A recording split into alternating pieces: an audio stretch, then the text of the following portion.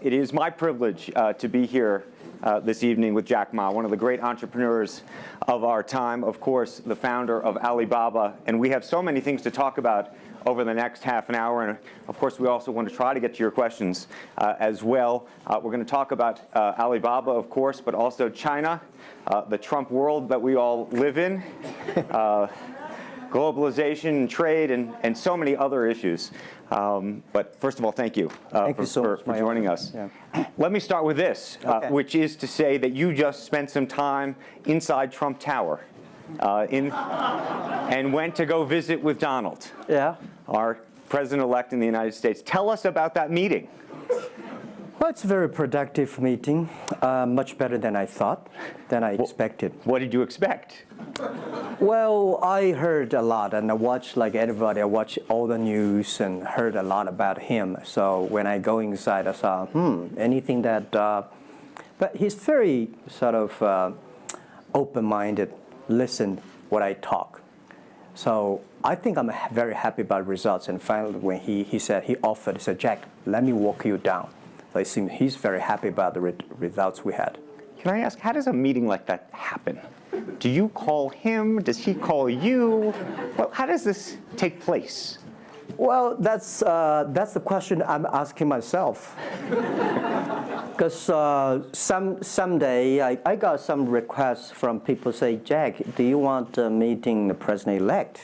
I say, is that true or not? Because I'm not ready for that. Because I don't know what to talk about. And then a few days later, I got another request. I got several requests, and then I saw one email with a friend. And it's very sort of specific. I thought about it. I think, yes, maybe I should go and have a talk. And at least I think President-elect Donald Trump would be happy to hear what I want to talk about. So I went. And what did you tell him? Talk about the small business, talk about agricultural products, talk about the trade between China and the USA. We especially focus on telling about how can we bring the small business in America, sell them to China, to Asia, through our network, which can create a lot of jobs for them. And you committed to create what you say is going to be 1 million jobs in the United States over the next 5 years. Yeah. Now, that's not 1 million jobs that Alibaba itself, but you're not hiring 1 million people. No, we totally, Alibaba employee put together is like 45,000 people. We cannot hire 1 million. I cannot imagine I can manage 1 million people. Explain to us how you think about the U.S.-China relationship, given some of the comments that Donald Trump has made about China being a currency manipulator. Did that come up during your meeting? Well, I think first, in America, there's a freedom of speech, right? So he can say whatever he wants, and I respect, I understand. But of course, I have my views. We did not debate about the China-US trade or manipulation. We did not debate. We did not talk. We agreed on something. Small business, developing the Midwest America, helping the farmers there, small business there, exporting to China. So we all agreed. But something that we did not discuss about the American the job losing to China, Mexico, and this. Can I share with you my ideas? Please. Yeah. First, I think 30 years ago, when I just graduated from universities, I heard America had a wonderful strategy. They outsource the manufacturing job, service jobs. They outsource the manufacturer to Mexico and China, outsource the service job to India. There's a book called The World is Flat. Tom Friedman, colleague at the New York Times. And I think it's a perfect strategy. You know, that the Americans said, we just want to control the IP, we just want technology, we just want the brand, to leave the lower-end jobs for the world. Great strategy. And second is that the American international companies made millions and millions of dollars from globalization. The top 100 companies in America. Amazing. I remember when I graduated from university, I tried to buy a beeper, the Motorola beeper. Cost me $250. My pay at that time is $10 a month as a teacher. And the cost of making that beeper is only $8 for a chip. Right. So past 30 years, IBM, Cisco, Microsoft, they made tons of money. The profit they made are much more than the 4 largest banks in China put together, the China Mobile Phone, China Unicom, and whatever you name it, put together. Still, these multinational companies made more money than. So their market cap grew more than 100 times in the past 30 years. But where'd the money go? This is what I'm curious, because as a business people, I always care about the balance sheet. Where's the money coming? Where'd the money go? Past 30 years, the American had 13 wars, spending $14.2 trillion. The money going there. What if they spend a part of that money on building up the infrastructure, helping the white collars and blue collars? No matter how strategy good it is, you're supposed to spend money on your own people, right? Not everybody can pass Harvard. Like me, they're not good at education, right? We should spend money on those people who are not good at schooling. And the other money, which I'm curious about, is that when I was young, I heard America is about Ford and Boeing, those big manufacturing companies. Last 10, 20 years, I heard about is Silicon Valley and Wall Street. The money go to the Wall Street. And what happened? Year 2008. The financial crisis wiped out $19.2 trillion USA alone. They wiped out all the white collars and destroyed 34 million jobs globally.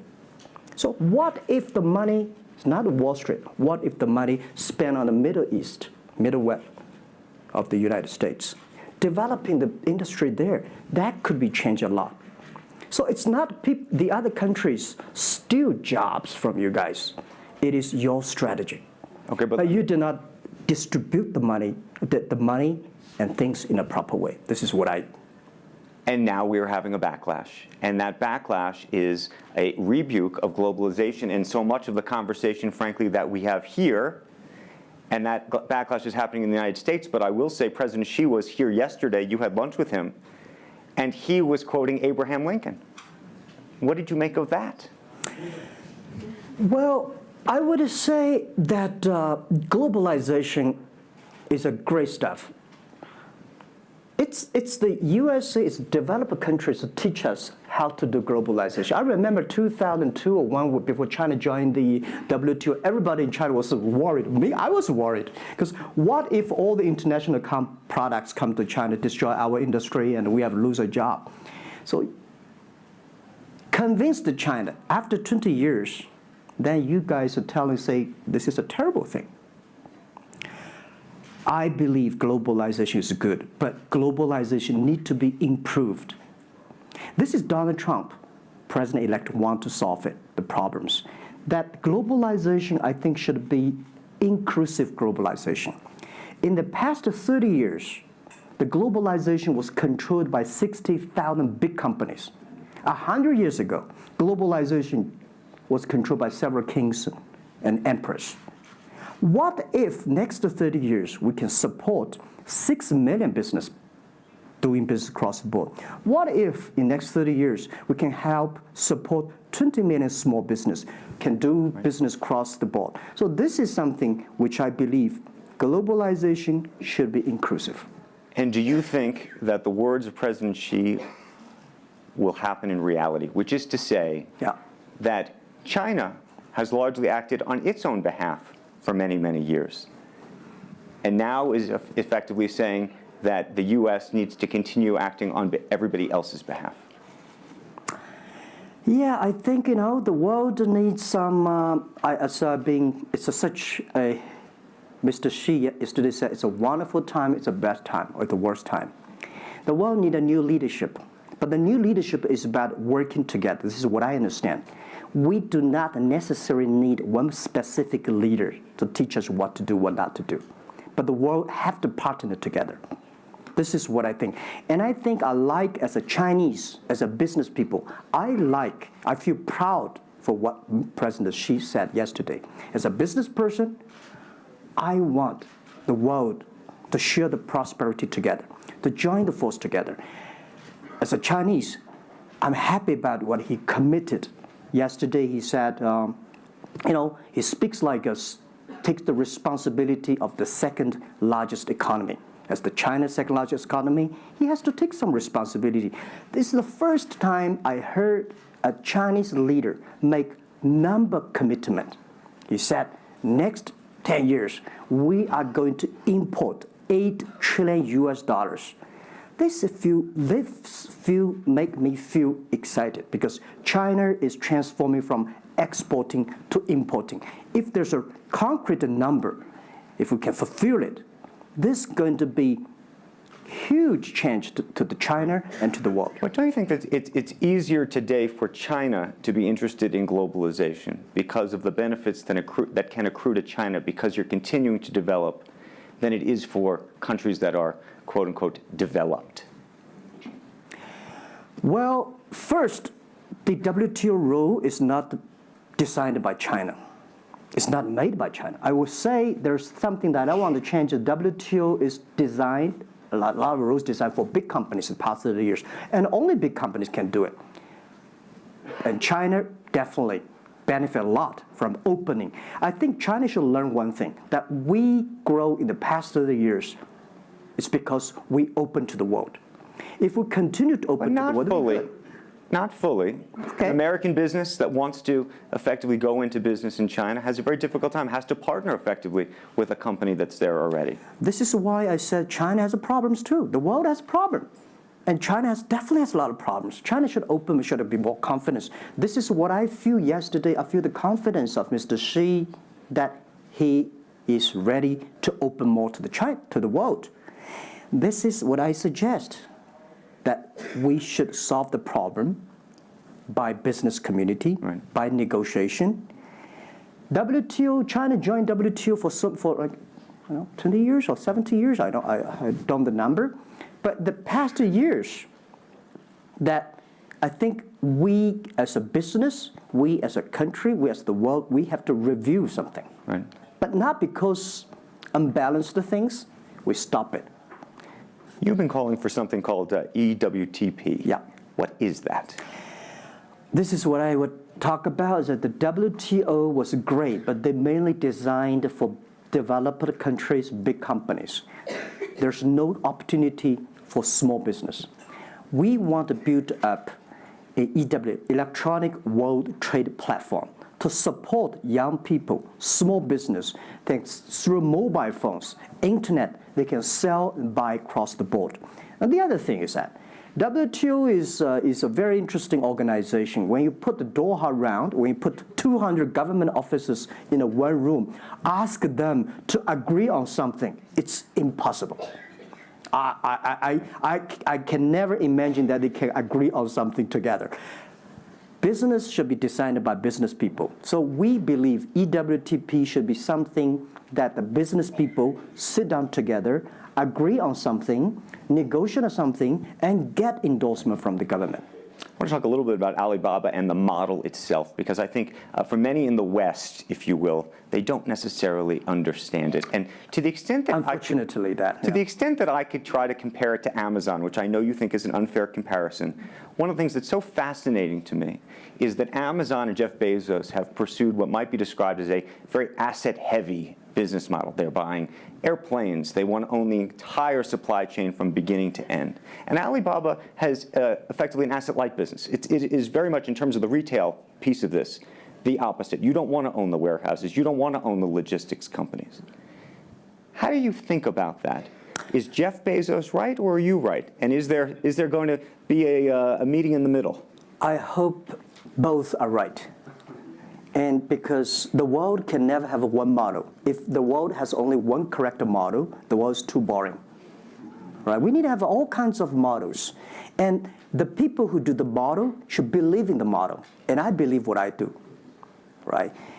The difference between Amazon and us. Amazon is more like an empire. Everything they should control themselves, buy and sell. And our philosophy is that we want to be an ecosystem. Our philosophy is to empower others to sell, empower others to service, empower making sure the other people are more powerful than us, making sure with our technology, our innovation, our partners, our 10 million small business sellers, they can compete with Microsoft, IBM. Our philosophy is that we think using internet technology, we can make every company become Amazon. Remember one thing, today for our sales, our GMV last year is more than 550 billion US dollars.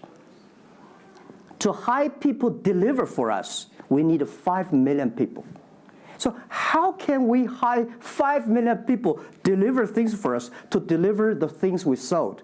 The only way we do is empower the service company, logistics companies, making sure they are efficient, making sure that they make the money, and making sure that they can hire more people. But without owning the whole chain, can you do it as effectively? The idea that you're watching Amazon being able to deliver things now within hours, literally. We made 125 cities deliver within 1 day last year.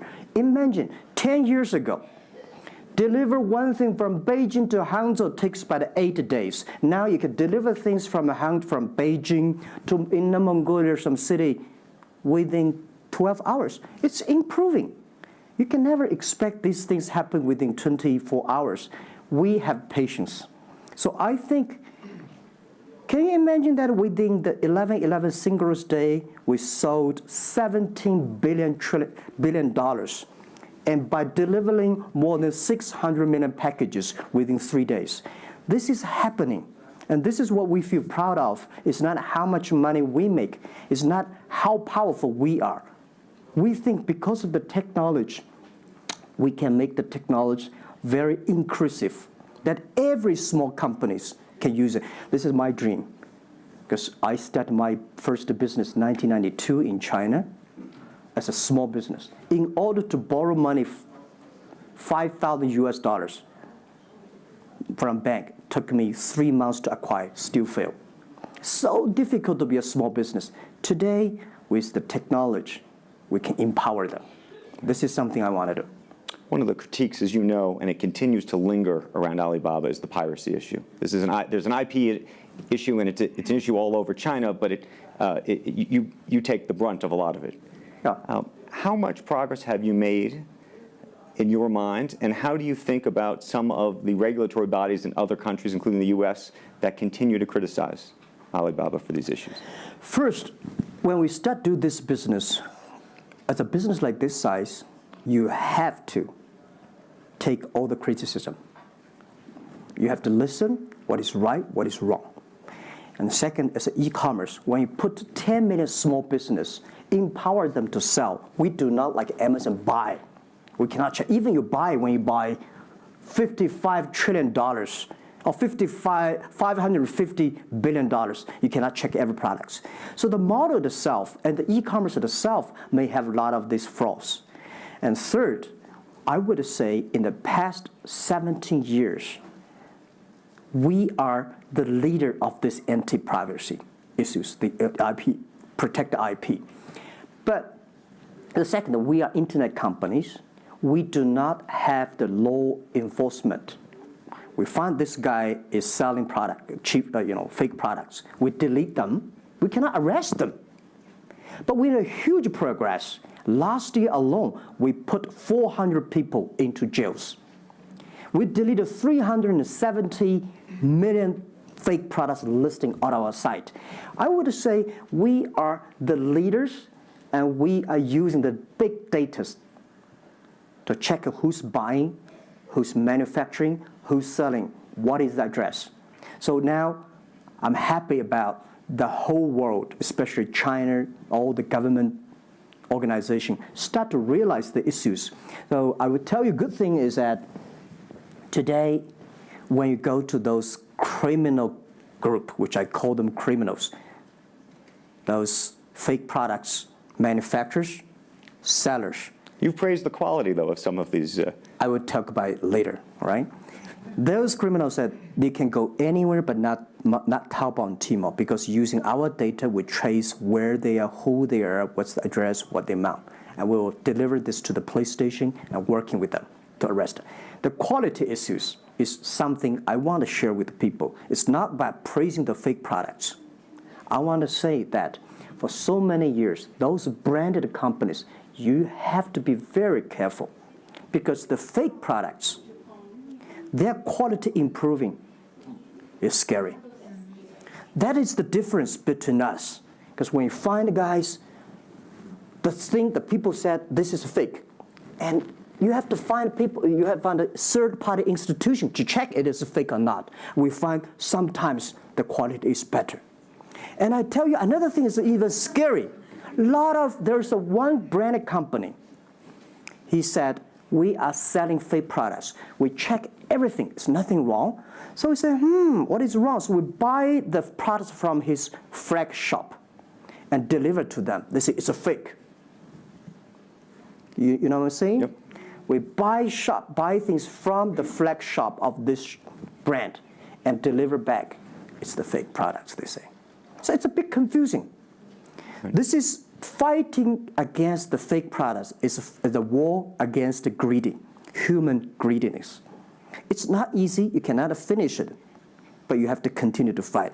And I want to say we put 2,000 people, 1 billion RMB every year fighting against that. It can never finish the war within 2 years. But I'm happy. Whether people criticize me, criticize us, the most important is that we are happy about the progress we made. Right. But if people praise me, so, when people say, Jack, you're wonderful, I know I'm not wonderful, right? Oh, Alibaba's great. We are not great. We are just a 17-year-old company. But when people say, you're doing nothing, no, we're doing a lot of things. But you don't have to argue. You don't have to debate. You do what you believe. One of the things you mentioned was using big data on the piracy side, but the other thing that you're using a lot of that big data to do is provide credit and effectively banking the unbanked. And what's so fascinating to me, and I hope you'll share it, is we've talked about the sesame credit. Yeah. How you are able to use big data effectively to figure out who deserves credit and who doesn't in a marketplace where some of these people had no credit history before. Okay. Well, before we do that, we had a system called Teach Computers to learn how to anti-fake products, teach the computers to learn how to, because we have Alipay, a lot of people try to use all the ways to cheating. So we teach the computer how to do that, the cheating things. So we've been doing that for 10 years. Until now, there's called artificial intelligence, because we've been doing that. We are a data company. 8 years ago, we said to ourselves, Alibaba should not be an e-commerce company. We should be a data company because we have the data from consumers, we have data from the manufacturer, we have data from the logistic company and transactions. But we think how we can make a data really beneficiary to the society. What China needs is that we have a lot of great people. All the small business, they are very credible, but we don't have a credit system for them. So how can we use a credit rating system based on the data we have to giving everybody a sesame rating system? That is so powerful in the past 4 years because every individual, every small business, if they have been using our services, we give them a rating system. So we're giving loans in the past 5 years. We're giving 5 million business loans. They only borrow $5,000. 3 minutes, we can decide whether we should give you money, how much you want to give. Within 1 second, the money will be in your account. And 0 people touch, so we call it 310. And even today, the Sesame rating system become people dating. The mother-in-law want to say, hey, you want to dating with my daughter? Show me your rating system of the Sesame card. So it's so funny. We go to people want to rent a car, people want to rent a bicycle. They will say, show me your Sesame cards. Good. Because if they do not pay back, if they do not fulfill, the rating system is going to low down and they can never rent a house. This is what we want to build up, the system. That if you sell or buy fake products, the Sesame cards will show. I'm going to open up to questions, but a final one from me. There's been a lot of speculation that you're going to get into the business of Hollywood. Your name has appeared, Alibaba Group, at the beginning of a couple of big films recently. What is the ambition for Alibaba in the entertainment world? The beginning was like this. Several years, every 5 years, we have a review for our strategy. Now, our strategy is always to look at the 30 years and 10 years. And every strategic decisions we make, we have to ask one question. Is this decision we made solve society problem? Because we believe the bigger social problem you solve, the more successful you are. So if we do this cannot solve any social problems, we don't do it. Second, is this project is going to be successful in 10 years? If it's going to be successful in 10 years, let's do it. If it's going to be successful in 1 year or 1 month, normally I would say, forget about it. Because why you can be successful in 1 year or 1 month? So we all have to put parallel. And 5 years ago, we had a big debate about 10 years later, 20 years, what are the things that China society and the world want? So we say happiness and health. 2H strategy. So happiness and health. We believe Hollywood, the movie industry, bring people happy. Because today, nobody's happy. Rich people not happy, poor people not happy, At least when I watch a movie, I feel happy about it, right? So I think we should partner with the Hollywood, especially like a lot of, we have a different way of living. In China, the movie, we have a lot of heroes. But China movies, heroes always dead. The American movie hero never die. If all the heroes die, who want to be the hero? So my movie, I want to make the hero live. Right, so this is, I think we should learn a lot. And it's only about 2 years, so we have another 8 years to go. I want to make our company that it's not e-commerce. It's something that giving people inspirations. Giving people, because I learn a lot. For example, I always say that my favorite movie, Forrest Gump. Life's tough. This is I learned, and that inspired me. That is why when people call me crazy, stupid in the past 17 years, you're crazy, you're doing something never work. You're stupid, how can you do that model? Amazon this model, eBay this model, why Alibaba this model? I told myself, Forrest Gump said, go ahead. Never care about what the other people. And the other thing, Forrest Gump said, nobody make money out of the catching whales. People make money by catching shrimps. So we serve small business. Fair enough. Jack Ma, we should probably end it there because we're going to run out of time, but I thank you. Thank you so much for the conversation. I promised we'd sneak in a question or two, and we literally have 2 minutes, and they're going to get upset with me. If you have a question, and we're going to, I got to beg you to do it within literally, a second. So go for it right there. Okay, I'm not going to say that China and the US is going to have a trade war, but if the Trump administration get tougher on China in terms of trade agreement, is that going to hurt Alibaba? Well, I don't think so. I think China and the US should never have a trade war. We'll never have a trade war. And I think we should give President-elect Donald Trump some time. And he's open-minded. He's listening. And I think the war, it's so easy to launch a war. But it's so difficult, almost impossible sometimes to terminate a war. Iraq war, Afghanistan war, is that finished? No. Trade war. I believe one thing. When trade stops, the war starts. Trade is something that people start to communicate. Trade is something people exchange culture and value. And I will be happy if China and USA agree on something and Alibaba business model destroyed. I would destroy Alibaba model by stopping the war between. Because how can you imagine the first largest economy of the world, second largest economy of the world, have a trade war? It's going to be a disaster for two countries and for the world. If anybody can do something to stop it, do anything to stop it. Did you have a reaction to Trump and the situation with Taiwan and how he's thinking about that? Well, Taiwan, I think this is not something about government. This is not something about business. This is something about people. If the Taiwan issue is the population, if you do Taiwan issue, it's like against 1.4 billion people. So this is another issue. So we're talking about trade, we're not talking about Taiwan. Very politic. Let's take one final question if we can. I think we can steal one more in. Yes, sir, right there. I'm not a politician. I try to This speak is like me, this. a credit store. How do you assure you are not messing up with people's life and you are not dictating the whole, credit kingdom or the system? Because now you are the decision makers, you are the rule makers. Okay. First, I'm not sure. People say, oh, this is uncertain world. Every day is uncertain. The only certain day was yesterday. I'm not sure about that in the future I would dictate, I would be stupid.